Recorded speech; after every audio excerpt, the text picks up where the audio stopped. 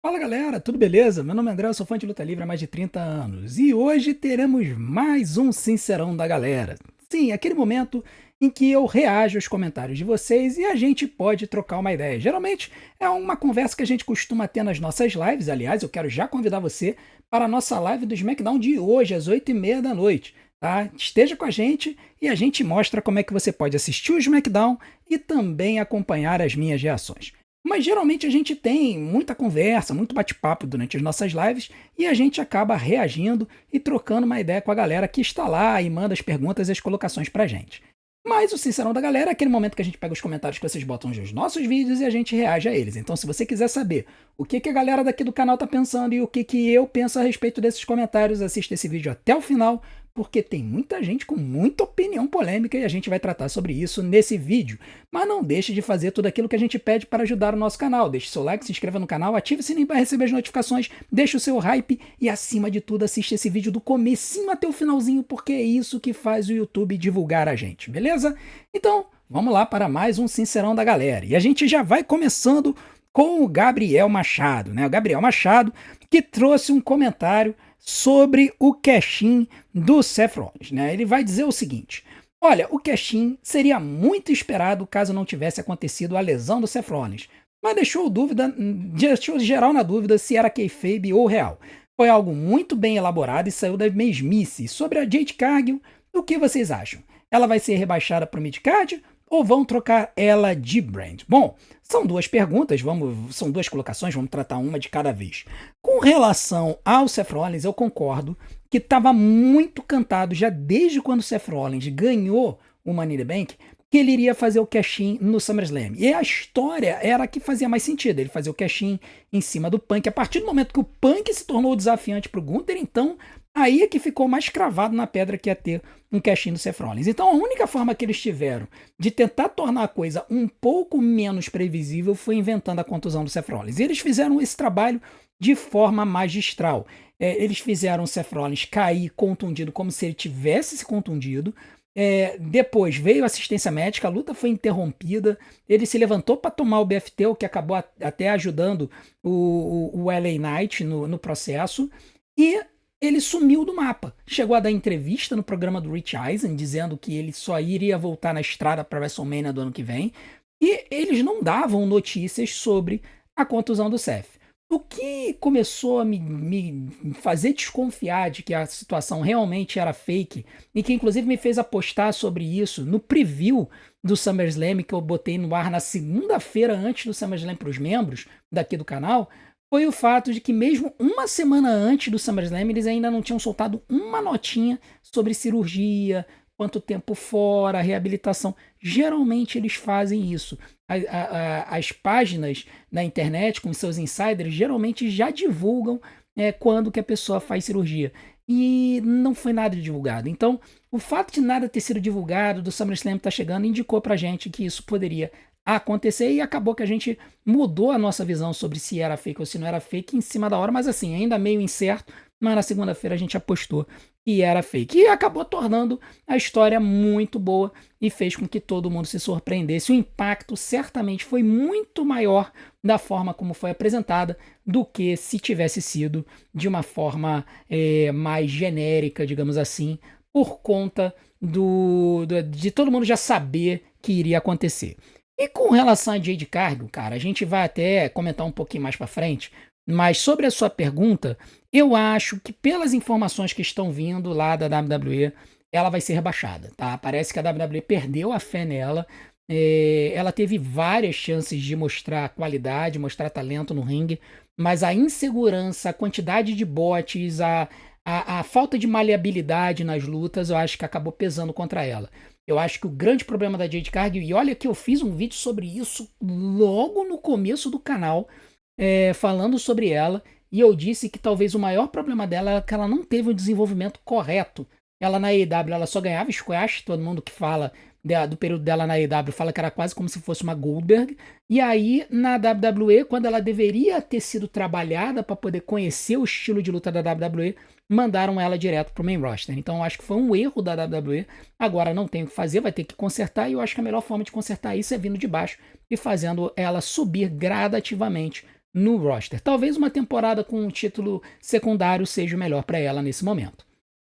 Agora nós vamos falar sobre a questão das muletas, né? Ainda sobre o cash-in do Seth Rollins, e o Dante Finn ele trouxe a seguinte colocação. Ele diz o seguinte: o lance da muleta mudou completamente a dinâmica da surpresa. Até os que acreditavam que a lesão era falsa deram um passo para trás quando viram o Seth com as muletas. Noite inesquecível. Cara, é exatamente isso. A questão do cash-in do Seth Rollins e o que fez ele ser tão memorável e diferente do cash-in do WrestleMania 35 foi que estava todo mundo naquela dúvida se a lesão dele era real ou não. E quando ele entrou na arena com as muletas, claramente todo mundo deu uma baixada de bola. A gente achou, cara, vai acontecer o cash-in, vai acontecer o cash-in. Quando ele entrou com as muletas, todo mundo baixou a bola, todo mundo baixou a temperatura. E aí, cara, foi perfeito. Quando ele foi andando de volta pro backstage, ele parou. Quando ele parou, eu na live eu falei assim, peraí, ele parou. Porque não faria sentido ele ter parado, ele poderia ter simplesmente ido embora, né? E quando ele para, e na hora da música, quando dá Burn It Down, quando ele joga as muletas, nesse momento, cara, eu fui à loucura, o pessoal do chat foi à loucura, o Lucas, que é nosso membro aqui, costuma estar aqui nas nossas conversas, nas nossas lives, ele estava lá no MetLife Stage, ele disse que o estádio veio abaixo.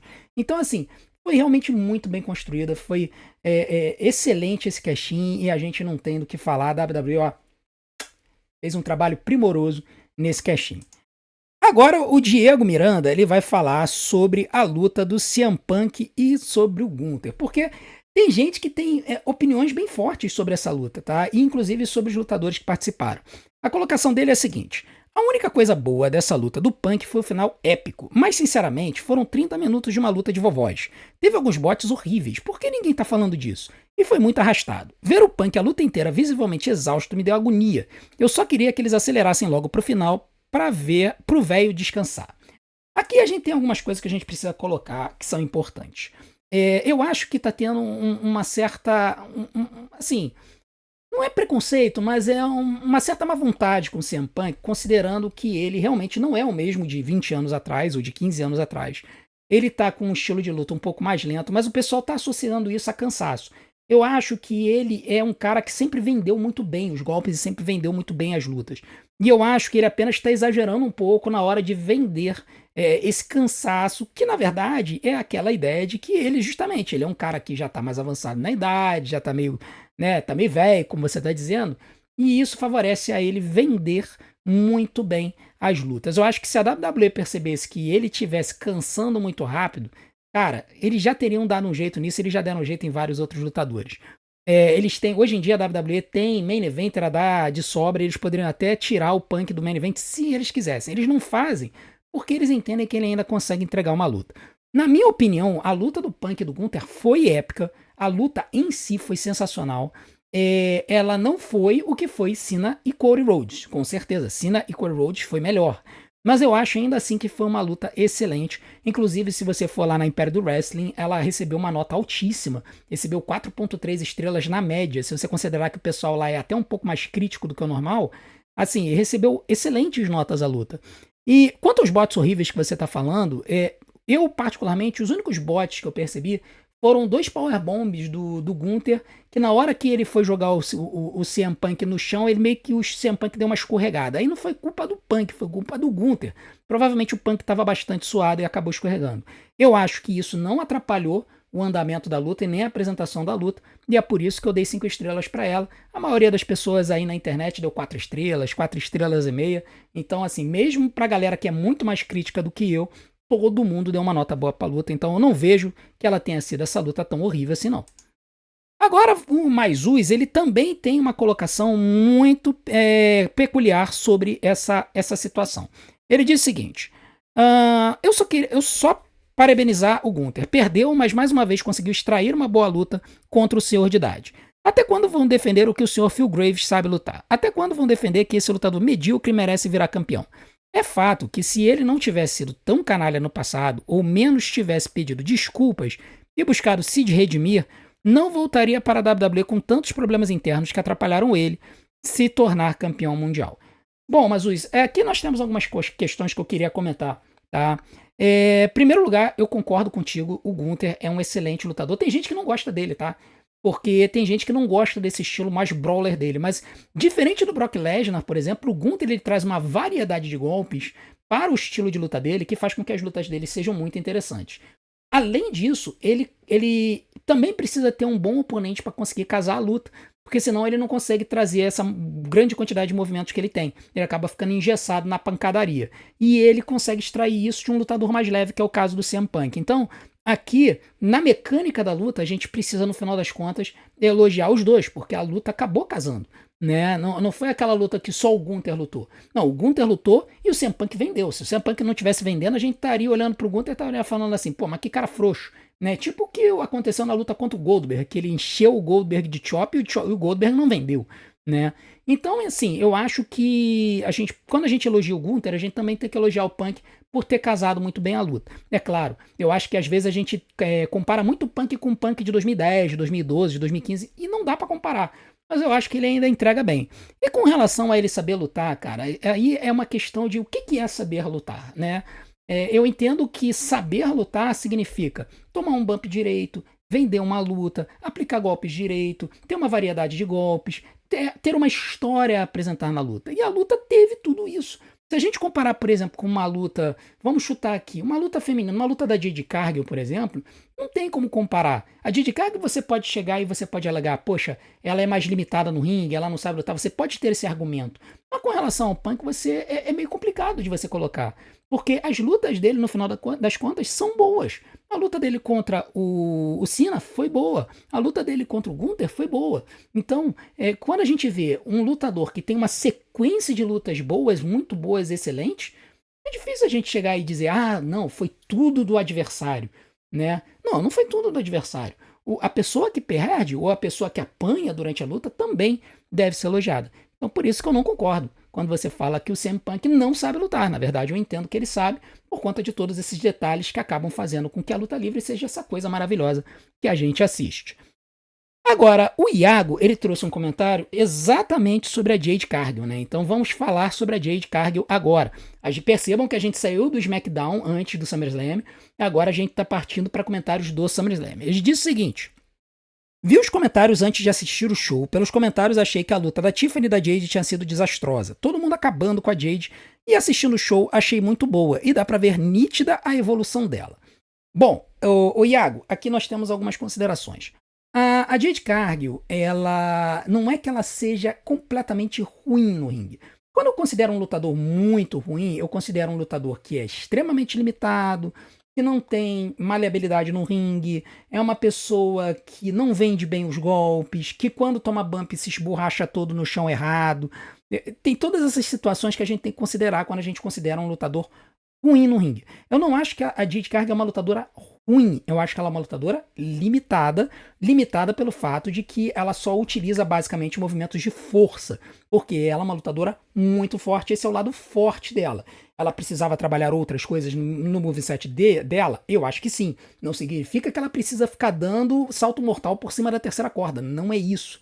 Mas ela poderia adicionar alguns movimentos, de repente, de segunda corda, alguns movimentos na corrida, tipo o Bron Breakker, que fica correndo de corda a corda, algumas coisas de mais agilidade. Ela é uma lutadora forte nas pernas, então ela deve ser rápida. Então eu acho que essas pequenas coisas no moveset dela ajudaria. Mas não, ela utiliza muito os golpes de força, ela se concentra muito nisso. Então ela aproveita o ponto forte dela. Para ela fazer isso, ela precisa ter uma lutadora que case muito bem a luta. A Tiffany Stratton é uma boa lutadora, mas ela ainda é inexperiente. Tem horas que ela faz excelentes lutas e tem horas que a Tiffany, de vez em quando, ela se perde um pouco. Então, quando você junta isso, acaba que os defeitos de um lutador, ou as fraquezas de um lutador ou de uma lutadora, acabam sendo mais expostas. E eu acho que foi isso que aconteceu nessa luta da Tiffany contra a Jade. Eu não achei a luta ruim para começo de conversa, eu achei a luta decente. Eu acho que o grande problema dela foi o tempo da luta, que foi curto. E eu acho que a WWE encurtou o tempo da luta porque sabia que a Jade Cargill não conseguiria carregar uma luta de longa duração. Por quê? Porque eles sabem que a Tiffany consegue. A Tiffany já teve lutas longas contra a Nia Jax, ela já teve lutas longas contra a Naomi, ela já teve lutas de mais de 15 minutos contra outras lutadoras. E contra a Jade Cargill eles limitaram em 8. Então isso na verdade, se você tem um fator de comparação com outras lutadoras, isso indica de que a Jade ela tá limitada. e eu acho que o grande problema foi a falta de desenvolvimento que a WWE fez. O fato de eles não terem levado ela pra NXT, ter mantido ela no main roster logo de cara, eu acho que isso prejudicou muito ela. Talvez uma volta pro cenário de duplas ou de repente, uma ida para o cenário secundário, para que ela possa lutar com lutadoras que tenham um maior moveset, mais experientes, isso talvez possa ajudar ela a se desenvolver e crescer na carreira mais para frente. Agora vamos falar sobre a luta em si, né? E o Rafael ele disse o seguinte: eu achei curioso a Jade não vencer a Tiffany. Fica claro que guardaram isso para Stephanie Vaquer. Essa é uma teoria que está sendo levantada, né, nos chats e nos perfis, nos grupos, principalmente aqui no Brasil, que dizem que a Stephanie Vaquer ela teria sido convencida a vir para a WWE em vez de ir para a AEW para ganhar menos, em função de que a WWE teria algo especial preparado para ela. E o pessoal está achando que isso significa um campeonato mundial muito rápido. Eu acreditava que isso já iria acontecer com a Jade Cargill, e a Jade Cargill tem 1 ano a mais de experiência. Mas pode ter acontecido sim da WWE ter desistido da Jade e resolver apostar na Stephanie, fazendo ela ganhar no Clash in Paris. Vai acontecer isso? Não sei. Por quê? Porque eu acho que a Tiffany Stratton tem mais marketabilidade, é uma palavra meio feia, né? Mas ela é mais apresentável para o público norte-americano do que a Stephanie Vaquer. A Stephanie Vaquer, ela casa melhor com o público latino. Então a WWE vai ter que ver qual das duas ela consegue utilizar para poder apresentar mais a companhia. Lembrando que ser campeão da WWE não é só carregar um cinturão, tem todo um trabalho por trás das câmeras para poder apresentar a companhia. E o fato de que a WWE está querendo entrar no mercado latino-americano com mais força pode me indicar que eles podem sim dar esse título para Stephanie Vaquer a um médio prazo. Vai ser no Clash in Paris? Não sei. Pode ser que a WWE ainda queira trabalhar um pouquinho mais a Tiffany Stratton como campeã, dar um reinado maior para ela e de repente fazer ela perder lá para frente. Mas eu acho que se a Stephanie Vaquer não vencer o título no Clash in Paris, ela vai se tornar uma candidatíssima a ser vencedora do Royal Rumble de 2026 e aí sim enfrentar a Tiffany Stratton pelo campeonato da WWE na WrestleMania. Beleza?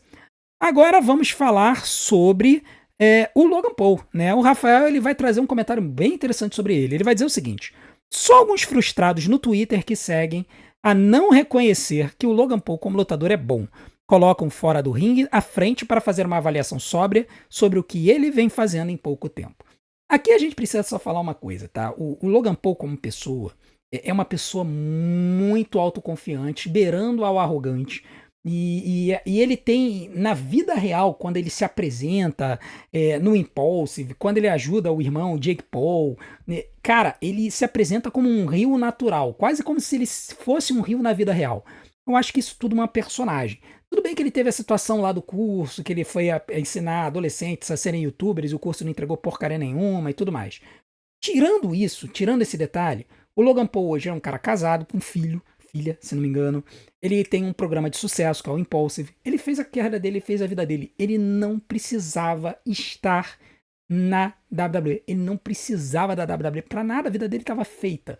O fato é que ele resolveu entrar nessa jornada, ele resolveu trabalhar, ele comprou um ringue, ele treina constantemente e é por isso que as lutas dele estão sempre melhores. O fato é que um dos maiores spots do SummerSlam inteiro foi aquele Frog Splash que ele deu no Jelly Roll e isso só faz quem é maluco da cabeça ou quem treina muito. E no caso do Logan, ele treina muito. Então a gente não tem como chegar e esculachar mais o Logan Paul como lutador. A gente podia esculachar ele em 2022, falando, é um youtuber que tá entrando no mundo da WWE, que absurdo, infiltrado e tal.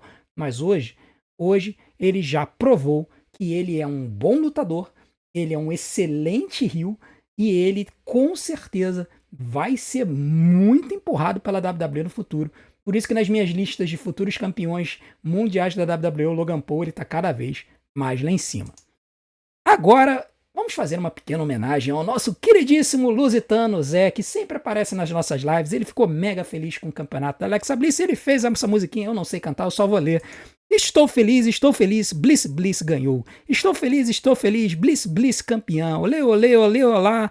Finalmente que o meu ídolo e campeã, sou fã dela há muito tempo. Eu nasci em 2002, gosto dela desde 2012. Parabéns para as nossas novas campeãs. Lembrando, bom, eu não sei se a Alexa Bliss ela entrou em 2012, mas ela participou de um Divas Search, o último Divas Search, o último Procurando Divas da WWE. A Alexa Bliss ela competiu. E aí é interessante, porque ela competiu no Divas Search, entrou, trabalhou para ser uma lutadora e ela é essa lutadoraça que ela é hoje. Então, assim como o Zé tá muito feliz por Alexa Bliss e Charlotte serem as novas campeãs de duplas, muita gente também ficou feliz. Eu acho muito legal isso. Agora, o Neto tem uma opinião interessante sobre a forma como o público reage a alguns lutadores, né? Ele vai dizer o seguinte: Sincerão da semana. O Roman Reigns foi super criticado na luta contra o Cena em 2021 por ter dado kick-out em 3 AAs em momentos diversos da luta. Mas na luta do Corey contra o Cena, além de vários kickouts do Corey em AAs, perdi a conta de quantos foram, mas acredito que foram 5 ou 6, acho que foram 4. Um dos kickouts foi após uma sequência de 3 AAs, sendo o último da segunda corda. E eu não vejo ninguém dar hate como deram ao Roman. Bom, apenas só para complementar, você disse que o Corey chutou de vários AAs. Vamos lembrar que o Cena também chutou de vários Crossroads, tá? O Cena chutou de 4 Crossroads, sendo um deles o triplo. Né? Ele tinha chutado antes de um Crossroads, depois o Cody Rhodes aplicou o Crossroads triplo. Ninguém nunca havia chutado do Crossroads triplo na WWE e o Cena foi o primeiro. Então eu acho que o motivo pelo qual o pessoal não está reclamando é porque viram que na luta em si, na construção da luta em si, tanto o Corey quanto o Cena foram mega fortalecidos, porque ambos chutaram dos finishers um do outro, não foi uma coisa unilateral. Tanto um chutou dos AAs quanto o outro chutou dos Crossroads. Por esse equilíbrio é que ninguém está reclamando muito. Agora vamos falar sobre o John Cena Hill. E eu e o Gustavo temos uma opinião bem interessante sobre isso. Ele vai dizer o seguinte: cara, eu estava curtindo muito o rumo que as coisas estavam tomando. Cena Hill, para mim, foi incrível. Porém, a forma com que ele voltou a ser face foi patética. E ele perder o título agora também foi bem podre, na minha opinião. Espero que tenha um motivo, como gravação de filme ou algo do gênero, porque, putz, que desperdício. Ele devia voltar a ser face sim, mas isso no final do ano, após várias tentativas do público tentando se desculpar com ele e amolecendo o coração dele. Não com um discurso meia boca do Corey e esse papinho de fiquei com medo de vocês esquecerem de mim. Só para esclarecer uma coisa do seu comentário, Gustavo. Na verdade, na promo do Cena, quando ele fala que fiquei com medo de vocês esquecerem de mim, ele está falando com relação a levar o campeonato para casa.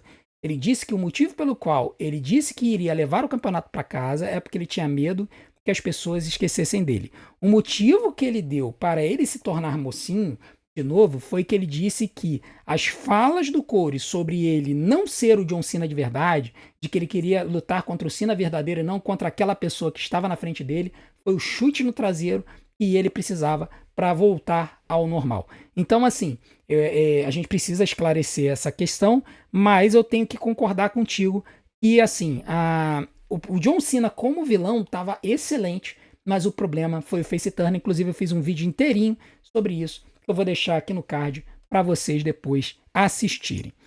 Agora vamos falar sobre a Becky Lynch, né? O Fusion teve um comentário bem interessante sobre ela.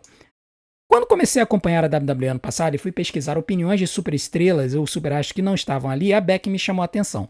Quando vi o moveset dela, eu passei a concordar que ela era forçada e limitada, e ainda é limitada no ringue. Porém, quando vi ela salvando o título intercontinental e elevando alguém, eu me surpreendi positivamente. Odiei quando ganhou o título de duplas, mas logo fiquei hypado com a heel turn dela. E sinceramente, ela é claramente uma babyface. Ela não tem muita ginga para ser vilã. Aqui eu vou concordar uma coisa contigo, Fusion. Eu acho que a Becky Lynch, ela tem o biotipo e o estilo de luta ideal para uma mocinha. Por quê? Porque ela é franzina, ela é baixa e ela apanha como ninguém. A forma como ela vende os golpes para os adversários é muito boa. E isso é melhor para um lutador que é mocinho, underdog, apanhando dos caras que são mais fortes. A Becky Lynch ela fez a carreira dela assim, apanhando da Charlotte, apanhando da Nia Jax, apanhando da Ronda Rousey. Ela fez a carreira assim, como essa underdog. Ela, como vilã, ela acaba ficando estranha. Realmente não casa com o jeito dela. Então, eu tenho que concordar contigo que, apesar de eles terem feito a heel turn para poder tentar elevar a Lyra, e eles conseguiram elevar a Lyra até um certo ponto, eu acho que a Becky ficou estranho. E eu, como vi a Becky Lynch desde quando ela começou na WWE lá em 2015 e até antes, um pouquinho antes na NXT, eu tenho que concordar. Eu prefiro a Becky Lynch como mocinha mais do que como vilã. E eu acho que ela poderia ter sido mocinha perfeitamente, estando no campeonato secundário, apanhando de uma Lara vilã ou de uma Becky, de uma Bayley vilã. Eu acho que teria sido muito bom para ela. Mas é o que a gente tem para hoje. E a Becky, eu acho que para ela funcionar como vilã, com o biotipo dela e o jeito dela, porque no microfone ela como vilã é excepcional. Eu acho que tem que fazer com que ela comece a roubar mais. Eu acho que quando uma pessoa é baixa, franzina, vilã, ela tem que roubar mais. Ela tem que ser aquela lutadora que faz de tudo para conseguir vencer. Meio como The Miz era quando era vilão. Então acho que a WWE devia dar uma mudadinha no jeito como a Becky luta para que essa persona vilã dela acabe ficando boa. Agora o Stark tem uma opinião muito interessante sobre o John Cena. Ele vai dizer o seguinte: eu realmente não gostei. Isso ele tá falando da luta do Cena contra o Corey e o Corey ter vencido do Cena. A luta foi boa, mas por que fazer o Cena se tornar campeão se não vão dar um segmento a isso? Era só para ele ser o maior campeão e depois passar a coroa para o Corey? Eu acredito que não, Stark. Eu acho que esse título que eles deram pro Cena foi realmente para ele quebrar o recorde do Nature Boy Ric Flair. A única razão foi essa. No final da carreira dele, ele quebrar o recorde do Ric Flair. A grande questão e aqui eu vou discordar um pouco de você, é que eu não acho que eles não deram seguimento ao Title Reign do Cena. Eu acho que se ele tivesse ganho o campeonato 17, tivesse perdido pro Randy Orton no Backlash, esse argumento teria sido válido. Aí sim, poxa, tornar ele campeão só para ele ganhar o 17, por exemplo. Ele teve uma jornada como campeão bem interessante. Ele defendeu contra o Randy Orton, ele lutou contra o R-Truth, ele lutou contra o Corey, defendeu contra o CM Punk e ele depois lutou contra o Corey 1-1 no SummerSlam. Então a gente não pode dizer que o title reign do Cena foi ruim. Ele defendeu contra vários lutadores, ele enfrentou vários lutadores. O que eu acho é que o title reign dele poderia ter sido muito melhor se tivessem mantido ele campeão até o final do ano. E aí eu concordo com você. Eu acho que se eles tivessem mantido ele até o final do ano como campeão, teria sido muito mais interessante. Agora, gente, isso é claro. O Cena também se tornou campeão muito para elevar o Corey. Da mesma forma como o Cena ele ganhou muito cartaz do público quando ele derrotou o The Rock. O The Rock se tornou campeão para poder lutar contra o Cena no WrestleMania 29 e perder o título para ele e fazer o The Rock levantar a mão dele. Então isso é uma passagem de bastão. Isso aí estava muito cantado. Tá na cara que era isso que a WWE ia fazer com esse title reign do Cena. Eu apenas acho que aconteceu cedo demais. Agora nós vamos ter um comentário bem interessante sobre o Enforca Gato. O Diego fez um outro comentário, né? Ele fez 2 comentários interessantíssimos e ele vai falar sobre a luta da Lyra e da Becky. Né? Ele vai dizer, a luta da Lyra e da Becky foi boa, mas a parte do Enforca Gato realmente quebrou a imersão total. Para quem não sabe, durante a luta, a Lyra tomou um Explorer Suplex da Becky e aquele Enforca Gato que estava na mão dela se soltou. E aí, em vez de ela simplesmente jogar fora o negócio, ela enfiou a mão de volta, torceu para poder fingir que ela ainda estava presa. Né? Então acabou ficando feio demais, estragou a imersão da luta, que é o que ele falou. Foi vergonhoso de acompanhar. Todo mundo percebeu ela se amarrando de volta. Para mim, isso mostra falta de maturidade no ringue e claramente não merece sair do midcard ainda. E eu concordo com você, Diego. Eu acho que a Lyra, no momento que isso aconteceu, ela deveria ter jogado Enforca Gato fora, deveria ter falado para Beck colocar outro. Né? Porque eu acho que tinha outro ali naquela maleta de ferramentas, né? Então acho que elas poderiam ter feito isso, poderiam ter refeito o spot, né? E aí a Lyra ter sido presa de novo. Agora, do jeito que foi, ficou feio demais, mostrou realmente uma falta de, sabe, aquele traquejo de saber o que vai fazer quando algo dá errado. Os lutadores mais experientes, eles sabem o que fazer quando algo dá errado. No caso da Lyra, falta um pouco dessa maturidade. Agora o João Vitor ele vai falar sobre a TLC, né? A TLC, e ele tá em um comentário bem interessante. Achei animal a luta de escadas. A única coisa que não curti é que o Dexter Lumis e o Joe Gacy apareceram pouco. Sumiram do meio da luta, a não ser os golpes que levaram e o salto do Lumis em cima do Montez, e do nada voltaram no final e pegaram. Mas de qualquer forma, foi incrível. Esse é o grande problema de uma luta com várias duplas, né? É que nem todas podem aparecer. E no caso do Gacy e do Dexter Lumis, eles não têm a capacidade de fazer todos aqueles saltos loucos que os demais lutadores têm capacidade de dar na luta. Então, eles acabaram sendo um pouco preservados exatamente por causa disso, porque eles não teriam como acompanhar as demais duplas. E é por isso que eu acho que eles deveriam ser deslocados para o Monday Night Raw, porque eu acho que essa divisão, em matéria de qualidade do ringue, ela está muito coesa. E o Joe Gacy, o Dexter Lumis e o White Six em geral estão destoando, porque eles são mais persona do que qualidade no ringue. Já o Monday Night Raw possuem duplas que são mais persona do que qualidade no ringue, apesar de que tanto o Judgment Day quanto o New Day são excepcionais no ringue. Eu acho que o White Six poderia ir para lá, tocar o terror na divisão de duplas de lá e fazerem o New Day ficarem amargando ainda mais não serem campeões. Agora nós vamos falar sobre a questão da volta do Brock Lesnar, né? E aí a gente já fez um vídeo sobre isso, apenas para arrematar a situação. O Debate Wrestling, ele disse: você explicou muito bem a situação judicial do Brock. Não sei se gostei muito desse retorno, ofuscando o momento do Corey e do Cena, mas é inegável que o combate foi lendário e vai entrar na história. Aqui eu acho bem interessante ele ter colocado o fato de que a volta do Brock Lesnar teria ofuscado a vitória do Corey sobre o Cena, e eu concordo, tá? A gente tá a semana inteira falando sobre o retorno do Brock Lesnar e a gente quase não vê ninguém falando sobre o quanto o Corey é forçado porque novamente ele foi campeão.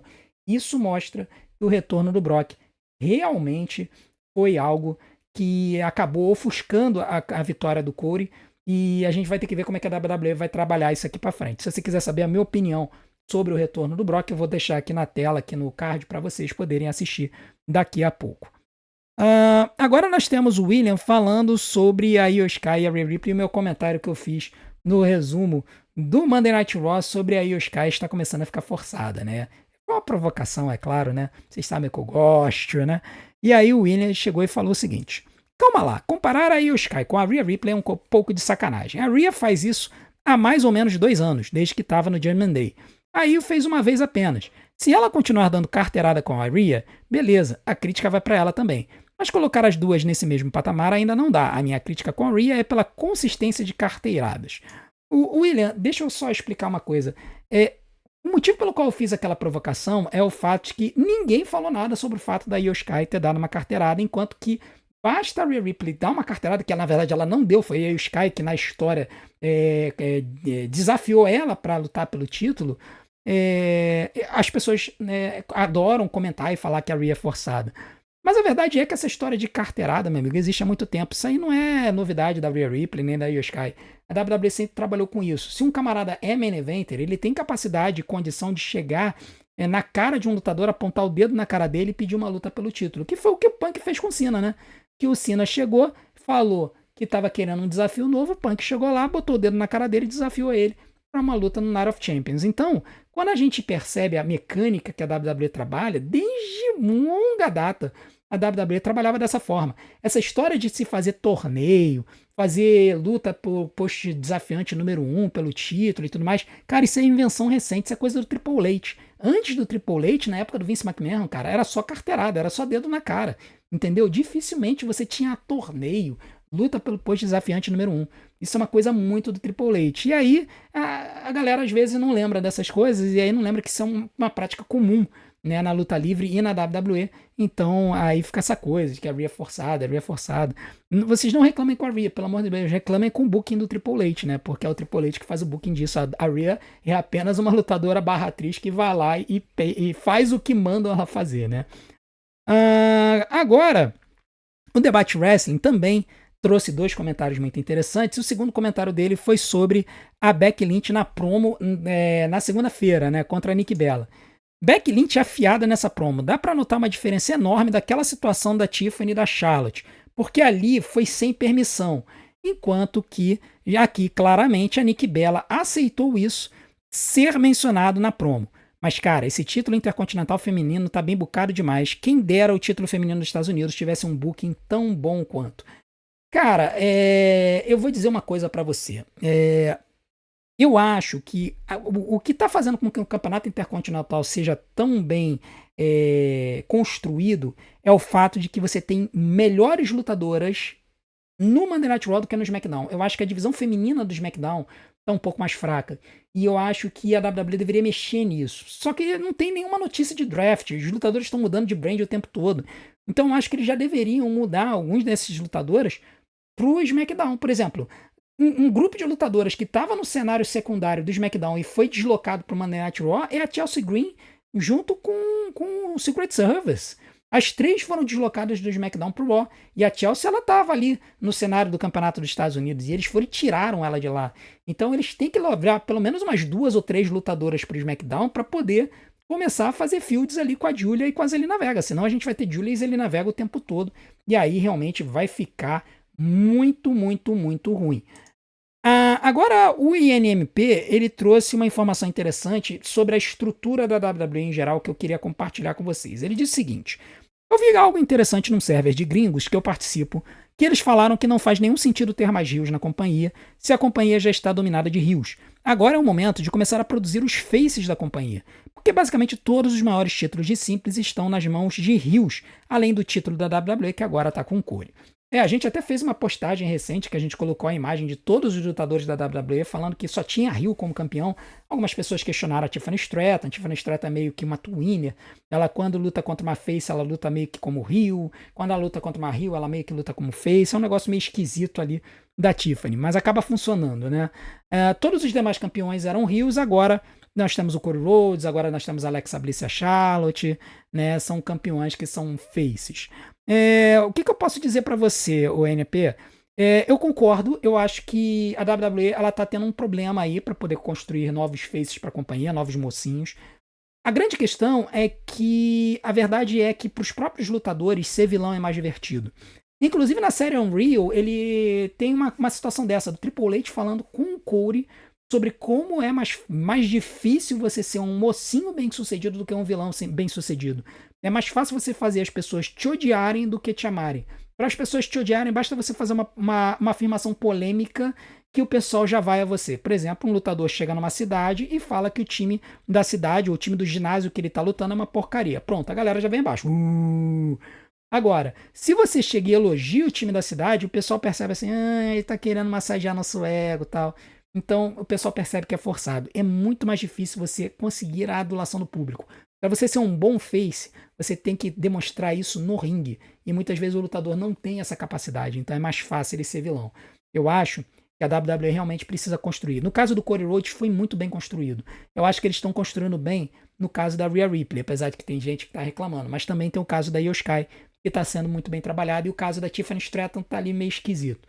Agora, tem outros casos que precisam ser melhor trabalhados. A gente realmente tem rios, vilões muito mais bem construídos e muito mais bem trabalhados do que faces. Eu acho que a WWE realmente precisa começar a pensar nisso, para hoje.